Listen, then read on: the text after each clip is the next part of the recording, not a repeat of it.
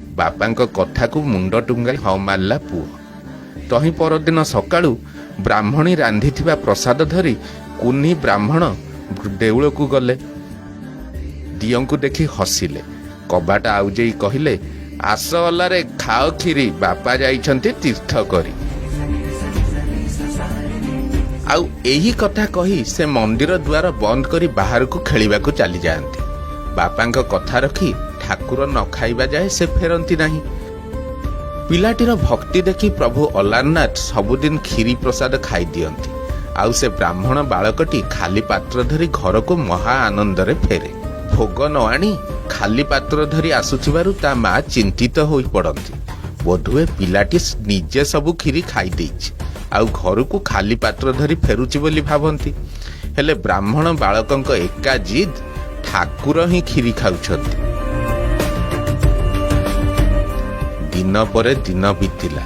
ତୀର୍ଥରୁ ଫେରିବା ପରେ ବ୍ରାହ୍ମଣ ଜଣକ ଏକଥା ଶୁଣି ପୁଅ ମିଛ କହୁଛି ଭାବି ତାକୁ ମାଡ଼ ମାରିଲେ। ତଥାପି ପିଲାଟିର ଗୋଟିଏ କଥା, ମୋ ଅଲାରେ କ୍ଷୀରି ଖାଆନ୍ତି। ବ୍ରାହ୍ମଣ ଛୁଆଟିର କଥାର ସତ୍ୟତା ପରୀକ୍ଷା କରିବା ପାଇଁ ବାହାରିଲେ।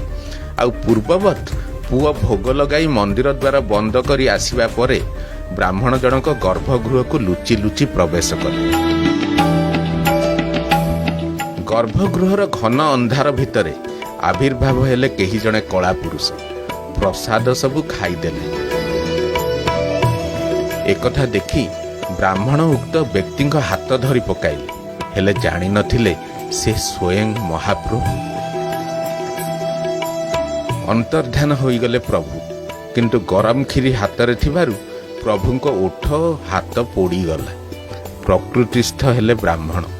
ପ୍ରଭୁଙ୍କ ପାଦ ତଳେ ପଡ଼ି କ୍ଷମା ମାଗିଲେ। ଛୋଟିଆ ପିଲାଟିର ବନ୍ଧୁତାକୁ ଗ୍ରହଣ କରି ପ୍ରଭୁ କ୍ଷୀରି ଖାଇବାକୁ ଆସୁଥିଲେ, ଏକଥା ଚାରିଆଡ଼େ ରାଷ୍ଟ୍ର ହୋଇଗଲା। ବ୍ରାହ୍ମଣ ବାଳକର ଜୟକାରରେ କମ୍ପିଲା ସମଗ୍ର ଅଞ୍ଚଳ। ଆଉ ଏହି ସ୍ମୃତିରେ ଆଜି ବି ଅଣସର ବେଳେ ଅଲାରନାଥଙ୍କ ପୀଠରେ ବଢ଼ା ହୁଏ କ୍ଷୀରି ପ୍ରସାଦ।